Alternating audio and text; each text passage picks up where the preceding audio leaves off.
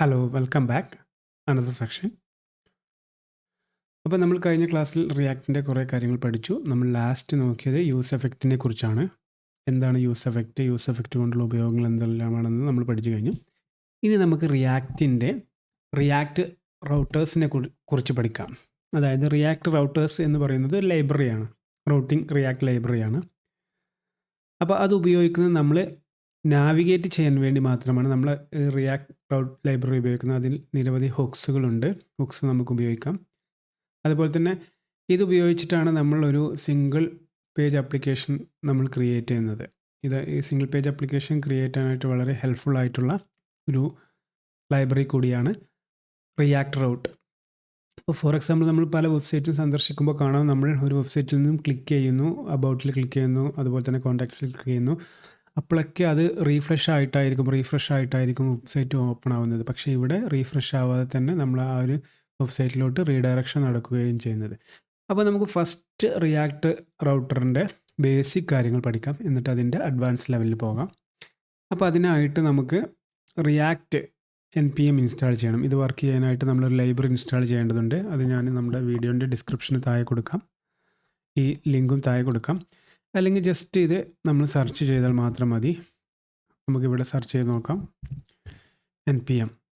അപ്പോൾ NPMൽ നമുക്ക് ഈ റിസൾട്ട് കിട്ടുന്നതായിരിക്കും. അപ്പോൾ നിലവിലുള്ള കറണ്ട് വേർഷൻ വരുന്നത് 6.24.1 ആണ്. അപ്പോൾ ഇത് തന്നെ നമുക്ക് ഉപയോഗിക്കാം. അത് 7 ഡേ ago ആണ് ഇത് അപ്ഡേറ്റ് ചെയ്തിട്ടുള്ളത്. ഇത്രയും ആളുകൾ ഇത് ഉപയോഗിക്കുന്നുണ്ട് വീക്ക്ലി. സോ നമുക്കിത് ഡൗൺലോഡ് ചെയ്ത് നമുക്കിത് ഉപയോഗിക്കാം. ഓക്കെ, ഞാനിത് ഇവിടുന്ന് കോപ്പി ചെയ്തിട്ടുണ്ട്. അതിനുശേഷം നമ്മുടെ ഈ പ്രൊജക്റ്റിനകത്ത് നമുക്കത് ഇൻസ്റ്റാൾ ചെയ്യാം. ഓൾറെഡി ഞാൻ എൻ്റെ ഈ പ്രൊജക്റ്റിനകത്ത് ഞാൻ ഇൻസ്റ്റാൾ ചെയ്തിട്ടുണ്ട്. കാരണം നമ്മളിത് കണ്ടിന്യൂ ചെയ്ത് വരുന്ന ഒരു പ്രൊജക്റ്റാണ്. അതുകൊണ്ടാണ് നിരവധി ഫയലുകളും ഫോൾഡറുകളും നമുക്കിതിൽ കാണാൻ സാധിക്കും. ഓക്കെ, ഇപ്പം നമ്മളത് റിയാക്റ്റ് റൗട്ട് നമ്മൾ ഇൻസ്റ്റാൾ ചെയ്തു. അത് ഇൻസ്റ്റാൾ ആയിട്ടുണ്ടോ എന്ന് നമുക്ക് ജസ്റ്റ് വെരിഫൈ ചെയ്യാനായിട്ട് നമുക്ക് ഇവിടെ നിന്നും പാക്കേജിൽ പോയതിനു ശേഷം റിയാക്ട് റൗട്ടർ ഡോം എന്ന് പറയുന്ന പാക്കേജ് ഡിപ്പെൻഡൻസിയിലുണ്ടോ എന്ന് വെരിഫൈ ചെയ്യുക. നിലവിൽ നമ്മളിവിടെ ചെക്ക് ചെയ്യുമ്പോൾ റിയാക്ട് റൗട്ടർ ഡോം എന്ന് പറയുന്ന ഡിപ്പെൻഡൻസി ഇവിടെ അവൈലബിൾ ആയിട്ടുണ്ട്. അത് 6.24.1 ആണ് വേർഷൻ. നമ്മൾ നേരത്തെ കണ്ട സെയിം വേർഷൻ തന്നെയാണ് നമുക്കിവിടെ അവൈലബിൾ ആയിട്ടുള്ളത്. സോ ഇനി നമുക്ക് അതിലോട്ട് സ്റ്റാർട്ട് ചെയ്യാം. അപ്പോൾ ഞാൻ ഇതിൻ്റെ വെബ്സൈറ്റ് ഞാൻ ജസ്റ്റ് പരിചയപ്പെടുത്താം. ഇതിൻ്റെ ലിങ്ക് നമ്മൾ വീഡിയോ ഡിസ്ക്രിപ്ഷനിൽ ഞാൻ കൊടുക്കാം. ഓക്കെ, അപ്പോൾ റിയാക്ട് ഡോം എന്ന് ഈ ഒരു റിയാക്ട് ഡോം എന്ന് സെർച്ച് ചെയ്തിട്ടുണ്ടെങ്കിൽ നമുക്കതിൻ്റെ റിയാക്ട് റൗട്ടർ ഡോം സെർച്ച് ചെയ്തിട്ടുണ്ടെങ്കിൽ നമുക്കതിൻ്റെ വെബ്സൈറ്റ് കാണാൻ സാധിക്കും. ഇതാണ് ലേറ്റസ്റ്റ് വേർഷൻ വരുന്നത്. അപ്പോൾ അതിൻ്റെ ഡിസ്ക്രിപ്ഷൻ അതുപോലെ തന്നെ അതിൻ്റെ കൂടുതൽ ഡീറ്റെയിൽസ് എല്ലാം ഇവിടെ ഉണ്ടാകും. അപ്പോൾ നമ്മൾ അഡ്വാൻസ് ലെവലിൽ പഠിക്കുമ്പോൾ അല്ലെങ്കിൽ അഡ്വാൻസ് ലെവലിൽ പ്രൊജക്റ്റ് ചെയ്യുമ്പോഴൊക്കെ നമുക്ക് ഈ ഒരു ഡോക്യുമെൻറ്റേഷൻ വളരെ ഹെൽപ്ഫുൾ ആവും. അപ്പോൾ ഈ ഒരു വെബ്സൈറ്റ് കൂടി ഞാൻ നമ്മുടെ ഡിസ്ക്രിപ്ഷന് താഴെ കൊടുക്കാം. ഓക്കെ, ബ്രൗസർ റൗട്ട്, അതുപോലെ തന്നെ hash route, memory route, navigation router എന്ന് പറയുന്ന നിരവധി മെത്തേഡ്സുകൾ അവൈലബിൾ ആണ്. സോ നമുക്കിതിൻ്റെ ഒരു ബേസിക് ആയിട്ട് എങ്ങനെ നമുക്കൊരു പേജിൽ നിന്ന് ഒരു പേജിലേക്ക് റൗട്ട് ചെയ്യുന്നത് നോക്കാം. അപ്പോൾ നമ്മൾ ചെയ്യാൻ പോകുന്നത്, നമ്മളൊരു നാവിഗേഷൻ മെനു ക്രിയേറ്റ് ചെയ്യും. ഓക്കെ, നമ്മളൊരു നാവിഗേഷൻ മെനു ക്രിയേറ്റ് ചെയ്യും. ബൂട്ട്സ്ട്രാപ്പിൻ്റെ സഹായത്തോടു കൂടി നമ്മൾ നാവിഗേഷൻ മെനു ക്രിയേറ്റ് ചെയ്യും. അതിനുശേഷം നമ്മൾ അതിനകത്ത് ഹോം എന്ന് പറയുന്ന ഒരു നാവിഗേഷൻ ബട്ടൺ ക്രിയേറ്റ് ചെയ്യും. അതിനുശേഷം നമുക്ക് മറ്റ് ഏതെങ്കിലും 2-3-4 ബട്ടൺസ്, ഹോം, അതുപോലെ തന്നെ നമുക്ക് മറ്റേതെങ്കിലും അബൌട്ട് അസ്, അങ്ങനെ എന്തെങ്കിലും ഒരു ബട്ടൺ ക്രിയേറ്റ് ചെയ്തിട്ട് ഇതിൽ ക്ലിക്ക് ചെയ്യുമ്പോൾ ആ ഒരു പേജിലോട്ട് റീഡയറക്റ്റ് ആവുന്ന രീതിയിൽ നമുക്കിത് ചെയ്യാൻ സാധിക്കും. അപ്പോൾ ഇതാണ് നമ്മളിവിടെ ചെയ്യാൻ പോകുന്നത്. അപ്പോൾ ആദ്യം നമ്മൾ ശ്രദ്ധിക്കേണ്ടത്, തീർച്ചയായിട്ടും നമ്മൾ റിയാക്റ്റ് റൗട്ടർ നമ്മൾ ഇൻസ്റ്റാൾ ചെയ്തിട്ടുണ്ടോ എന്ന് ഉറപ്പ് വരുത്തുക. അതിന് ശേഷം നമുക്കിതിൽ വർക്ക് ചെയ്യാം. സോ അതിനായിട്ട് ഞാനിവിടെ ഒരു കോമ്പണൻറ്റ് ക്രിയേറ്റ് ചെയ്തിട്ടുണ്ട്. കോമ്പണൻറ്റ് ഞാൻ ക്ലിയർ ചെയ്യാം. റൗട്ടിംഗ് എന്ന് പറയുന്ന ഒരു കോമ്പണൻറ്റ് എങ്ങനെയാണ് ക്രിയേറ്റ് ചെയ്യുക, അതെങ്ങനെ റീയൂസ് ചെയ്യുക എന്നുള്ളതൊക്കെ നമ്മൾ നേരത്തെ പഠിച്ചിട്ടുണ്ട്. സോ അതുകൊണ്ട് ഞാൻ കൂടുതൽ അതിനെക്കുറിച്ച് എക്സ്പ്ലെയിൻ ചെയ്യുന്നില്ല. തീർച്ചയായിട്ടും കോമ്പണൻറ്റിനെ കുറിച്ചുള്ള വീഡിയോസ് എല്ലാം കാണുക, മനസ്സിലാക്കുക. അത് കാണാത്തവരാണെങ്കിൽ തീർച്ചയായിട്ടും അത് കണ്ടതിന് ശേഷം മാത്രം ഇത് ക്രിയേറ്റ് ചെയ്യാം. ഓക്കെ, ഇനി നമുക്ക് ഇവിടെ ഒരു നാവിഗേഷൻ ബാർ ക്രിയേറ്റ് ചെയ്യാം. നാവിഗേഷൻ ബാർ നമുക്ക് ക്രിയേറ്റ് ചെയ്യാം. അപ്പോൾ ഞാൻ നമ്മുടെ ബൂട്ട്സ്ട്രാപ്പിൻ്റെ വെബ്സൈറ്റിൽ നിന്ന് നമുക്ക് നാവിഗേഷൻ ബാർ കോപ്പി ചെയ്തെടുക്കാം. ഓക്കെ, ഇവിടെ നമുക്ക് നിരവധി നാവിഗേഷൻ ബാർ നമുക്ക് അവൈലബിൾ ആണ്. നമുക്കിത് കസ്റ്റം ചെയ്തെടുക്കാൻ പറ്റുന്നതായിരിക്കും. അപ്പോൾ അതുകൊണ്ട് തന്നെ ഞാൻ ഇവിടെ നിന്നും ഒരു നാവിഗേഷൻ ബ്ലാക്ക് നാവിഗേഷൻ ബാർ ഞാൻ ഇവിടെ നിന്നും കോപ്പി ചെയ്തെടുത്തു. അതിനുശേഷം നമ്മുടെ ഈ റൗട്ടിംഗ് എന്ന് പറയുന്ന ഈ ഒരു കോമ്പോണൻറ്റിൽ ഞാൻ പേസ്റ്റ് ചെയ്യുകയാണ്. സോറി, ഇത്ര മാത്രം മതി. ഓക്കെ, അപ്പോൾ പേസ്റ്റ് ചെയ്യുമ്പോൾ നമുക്കിവിടെ ഒന്നും തന്നെ കാണാൻ സാധിക്കില്ല. ഇനി നമുക്ക് എന്ത് ചെയ്യാം, ഈ റൗട്ടിംഗ് എന്ന് പറയുന്ന നമ്മുടെ app.jsനകത്ത് നമുക്ക് ഈ റൗട്ടിങ്ങിൻ്റെ കോഡ് എഴുതാം. അപ്പോൾ അതിനായിട്ട് നമ്മൾ ഫസ്റ്റ് ശ്രദ്ധിക്കണം, നമ്മൾ തീർച്ചയായിട്ടും ഇമ്പോർട്ട്സുകളെല്ലാം തന്നെ ഇമ്പോർട്ട് ചെയ്യണം. അതിനായിട്ട് ഓൾറെഡി ഞാനിവിടെ ഇമ്പോർട്ട് ചെയ്തിട്ടുണ്ട്. അതായത് ബ്രൗസർ റൗട്ട് നമുക്കിപ്പോൾ ആവശ്യമില്ല. നമുക്കിപ്പോൾ ആവശ്യമുള്ളത് റൗട്ട്സ് ആൻഡ് റൗട്ട്, ഈ 2 പാക്കേജുകളുമാണ് നമുക്ക് ആവശ്യമുള്ളത്. സോ അതിന് ശേഷം നമുക്ക് ഇവിടെ ഒരു ഡിവ് ക്രിയേറ്റ് ആണ്, ഓൾറെഡി ഡിവ് ഉണ്ട്. ഇനി അതിന് ശേഷം നമുക്ക് റൗട്ടർ എന്ന് ടൈപ്പ് ചെയ്യാം. Router, okay. അതിൻ്റെ ക്ലോസ് ടാഗ് നമുക്കിവിടെ ആഡ് ചെയ്യാം. അതിന് ശേഷം നമുക്ക് റൗട്ട്സ്, ഇത് ബേസിക് റൗട്ടാണ്. ഇതിൻ്റെ അഡ്വാൻസ് ലെവലിലൊക്കെ നമുക്ക് വരുന്നുണ്ട്. ഓക്കെ, റൗട്ട്സ് ക്രിയേറ്റ് ചെയ്തു. അതിന് ശേഷം നമുക്ക് ഓരോരോ പാത്തുകൾ റൗട്ട് നമുക്ക് കൊടുക്കാം. ഓക്കെ, റൗട്ടിൻ്റെ പാത്ത് ഇങ്ങനെയാണ് നമ്മൾ അസൈൻ ചെയ്യുന്നത്. അതായത് ഇപ്പോൾ ഓൾറെഡി നമ്മൾ റൗട്ടിംഗ് എന്ന് പറയുന്ന ഒരു അതായത് കോമ്പോണൻറ്റ് ക്രിയേറ്റ് ചെയ്തിട്ടുണ്ട്. ആ കോമ്പോണൻറ്റ് നമ്മളിവിടെ വിളിച്ചിട്ടുണ്ട്.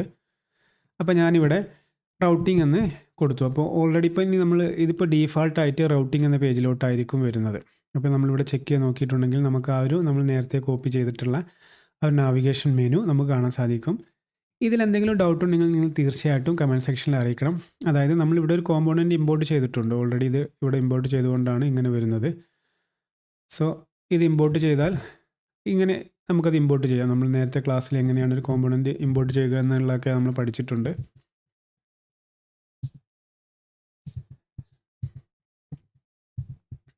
ഓക്കെ, അപ്പോൾ അത് ഇമ്പോർട്ട് ചെയ്തു. ഇപ്പോൾ ഇതിന് ശേഷം ഇത് ബേസ് ലിങ്ക് ആണ്. അതായത് നമ്മൾ ഒരു നാവിഗേഷനും ഇവിടെ നടന്നില്ലെങ്കിൽ, ഇപ്പോൾ ഫോർ എക്സാമ്പിൾ നാവിഗേഷൻ ബാറിൽ നാവിഗേഷൻ വരുമ്പോൾ ഇങ്ങനെയായിരിക്കും എക്സാമ്പിളായിട്ട് വരുന്നത്. ഇപ്പോൾ ഈ ഹോം എന്ന് പറയുന്ന ഒരു റൗട്ടില്ല, അതുകൊണ്ടാണ് ഇങ്ങനെ വരുന്നത്. അപ്പോൾ റൗട്ട് ഇല്ലാത്ത ടൈമിൽ ഒരു പബ്ലിക്കേഷൻ ഓപ്പണായി വരുമ്പോൾ നമ്മൾ ഡീഫാൾട്ട് പേജ് ആയിരിക്കും എപ്പോഴും വരുന്നത്. അതാണ് ഈ ഒരു റൗട്ടിംഗ് എന്ന് പറയുന്നത്. അപ്പോൾ നമുക്കിവിടെ അതിൻ്റെ പേജിന് പേര് മാറ്റാം. ഇതാണ് നമ്മളുടെ നാവിഗേഷൻ ബാർ, ഹോം എന്ന് കൊടുക്കാം. അതിന് ശേഷം ഹോമിൻ്റെ href നമുക്ക് ജസ്റ്റ് ഇങ്ങനെ കൊടുക്കാം. ഓക്കെ, അതിന് ശേഷം ഹോമിന് ശേഷം നമുക്ക് അബൌട്ട് എന്ന് പറഞ്ഞ് കൊടുക്കാം. അതിന് ശേഷം നമുക്ക് അബൌട്ട് എന്ന് പറയുന്ന ലിങ്ക് നമുക്ക് ക്രിയേറ്റ് ചെയ്യാം. Okay, about.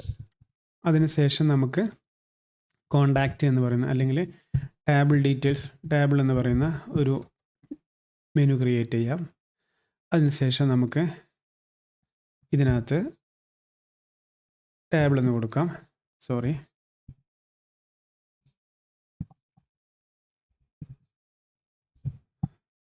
ടേബിൾ എന്ന് കൊടുത്തു.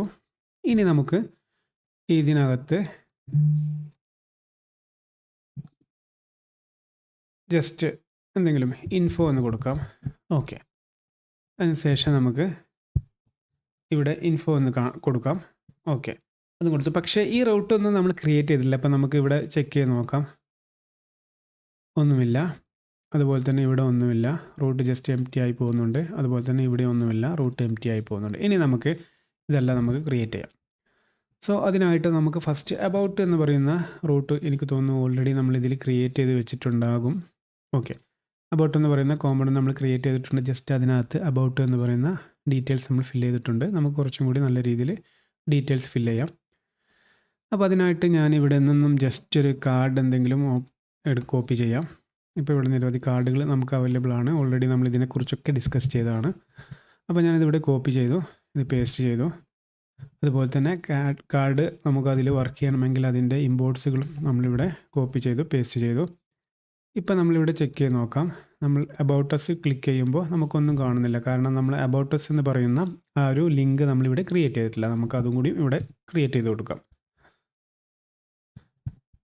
Raut path equal to single quotes about അതുപോലെ തന്നെ അത് നമ്മൾ ക്രിയേറ്റ് ചെയ്ത് കൊടുത്തു. അപ്പോൾ ഈ രീതിയിലാണ് നമ്മൾ ക്രിയേറ്റ് ചെയ്ത് കൊടുക്കുന്നത്. ഓൾറെഡി നമ്മൾ അബൌട്ട് എന്ന് പറയുന്ന കോമ്പണൻറ്റ് ഇവിടെ ആഡ് ചെയ്തിട്ടുണ്ട്. അപ്പോൾ നമുക്ക് അബൌട്ട് എന്ന് പറയുന്ന ആ ഒരു പേജിലോട്ട് നാവിഗേറ്റ് ആയിട്ടുണ്ട്. ഇപ്പോൾ ഇവിടുന്ന് ഹോം പേജാണ്. ഇനി നമ്മൾ അബൌട്ട് എന്ന് പറയുന്ന പേജിൽ ക്ലിക്ക് ചെയ്യുമ്പോൾ അബൌട്ടിലോട്ട് നാവിഗേറ്റ് ആയിട്ടുണ്ട്.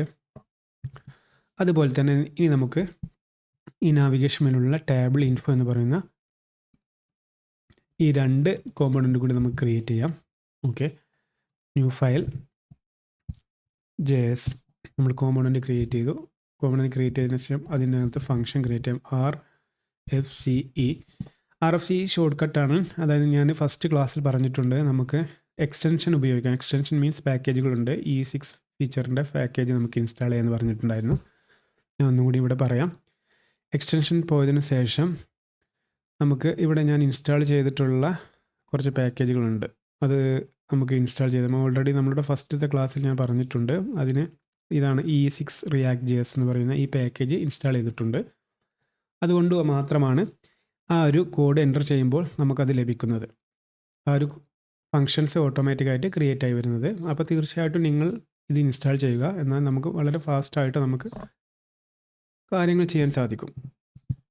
സോ ഇവിടെ ടേബിളാണ്. അതുകൊണ്ട് തന്നെ ഞാൻ ഇവിടെ നിന്നും റിയാക്റ്റിൻ്റെ ബൂട്ട് സ്റ്റാപ്പിൻ്റെ ഇതിൽ നിന്നും ഒരു ടേബിൾ ഞാൻ കോപ്പി ചെയ്യാം. ജസ്റ്റ് ഓക്കെ, ഏതെങ്കിലും ഒരു ടേബിൾ ഞാൻ ഈ ഒരു ടേബിൾ കോപ്പി ചെയ്തു. ഇവിടെ നമുക്ക് പേസ്റ്റ് ചെയ്യാം. അതുപോലെ തന്നെ ടേബിളിൻ്റെ ഇമ്പോർട്ടൻ്റ് ഉണ്ടാകും. ഇമ്പോർട്ട്സ് ഞാനിവിടെ പേസ്റ്റ് ചെയ്തു. അതിനുശേഷം നമുക്ക് ഈ ടേബിളും കൂടി നമുക്ക് ഈ ഒരു റൗട്ടറിൽ നമുക്ക് ആഡ് ചെയ്യാം. Route path equal to table. അപ്പോൾ ഞാനിവിടെ എൻ്റർ ചെയ്യുമ്പോൾ നിങ്ങൾക്ക് തീർച്ചയായിട്ടും സംശയം ഉണ്ടാകും എല്ലാം ഓട്ടോമാറ്റിക്കായിട്ട് വരുന്നുണ്ടെന്ന്.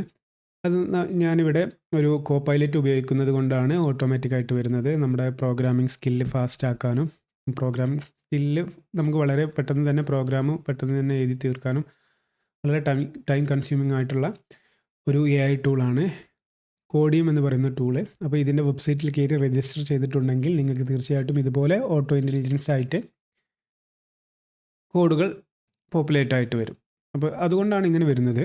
സോ നിങ്ങൾക്കത് ഉപയോഗിക്കാം. കോഡിയം എന്ന് പറയുന്ന ഈ ഒരു പാക്കേജ്. ഈ പാക്കേജ് അതുപോലെ തന്നെ ഇതിൻ്റെ വെബ്സൈറ്റിൽ കയറി നിങ്ങൾ തീർച്ചയായിട്ടും രജിസ്റ്റർ ചെയ്യണം. രജിസ്റ്റർ ചെയ്താൽ മാത്രമേ ഈ പാക്കേജ് നിങ്ങൾക്ക് ഉപയോഗിക്കാൻ സാധിക്കുകയുള്ളൂ. സോ ഞാൻ അതിൻ്റെ വെബ്സൈറ്റിൻ്റെ ലിങ്ക് കൂടി ഞാൻ താഴെ ഡിസ്ക്രിപ്ഷനിൽ ഇട്ടേക്കാം. ഓക്കെ, ഇപ്പം നമ്മൾ ടേബിളും ക്രിയേറ്റ് ചെയ്തു. ടേബിളിന് നമുക്ക് ടേബിൾ എന്ന് പറയുന്ന ഇമ്പോർട്ട് ടേബിൾ ഫ്രം ടേബിൾ എന്ന് പറയുന്ന ഈ ഒരു കോമ്പൗണ്ടിനെ നമ്മളിവിടെ കോൾ ചെയ്തു. അതിനുശേഷം ടേബിൾ നമ്മളിവിടെ വിളിച്ചു. ഇനി നമുക്ക് ടേബിൾ എന്ന ബട്ടൺ നമുക്ക് ക്ലിക്ക് ചെയ്ത് നോക്കാം. ഇവിടെ ഒരു എറർ വരുന്നുണ്ടല്ലോ. ടേബിളിനകത്ത് പോയി നോക്കാം എന്തെങ്കിലും ഇഷ്യൂ ഉണ്ടോ എന്നുള്ളത്.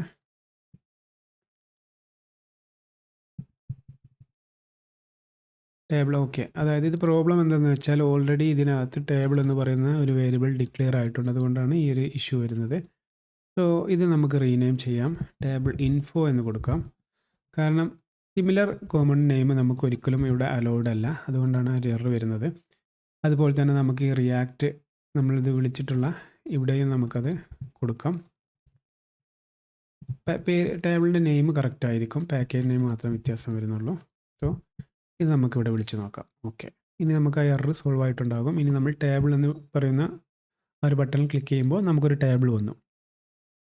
ഇനി നമുക്ക് ജസ്റ്റ് ഒരു ഇൻഫോ എന്ന് പറയുന്ന ഒരു പേജ് കൂടിയാണ്. അതും കൂടി നമുക്ക് ക്രിയേറ്റ് ചെയ്യാം. കോമ്പണൻറ്റിൽ നമുക്ക് ഇൻഫോ എന്ന് പറയുന്ന ഒരു കോമ്പണൻറ്റ് ക്രിയേറ്റ് ചെയ്യാം. അതിനുശേഷം RFCE ഷോർട്ട് കട്ട് ക്രിയേറ്റ് ആയിട്ടുള്ള കോഡാണ്. നേരത്തെ നമ്മൾ ഡിസ്കസ് ചെയ്തതാണ്. അതിനുശേഷം ഞാനിവിടെ ഒരു ബൂട്ട് സ്റ്റാപ്പിനകത്തു നിന്നും ഒരു അക്കോർഡിനോ കോപ്പി ചെയ്യാം.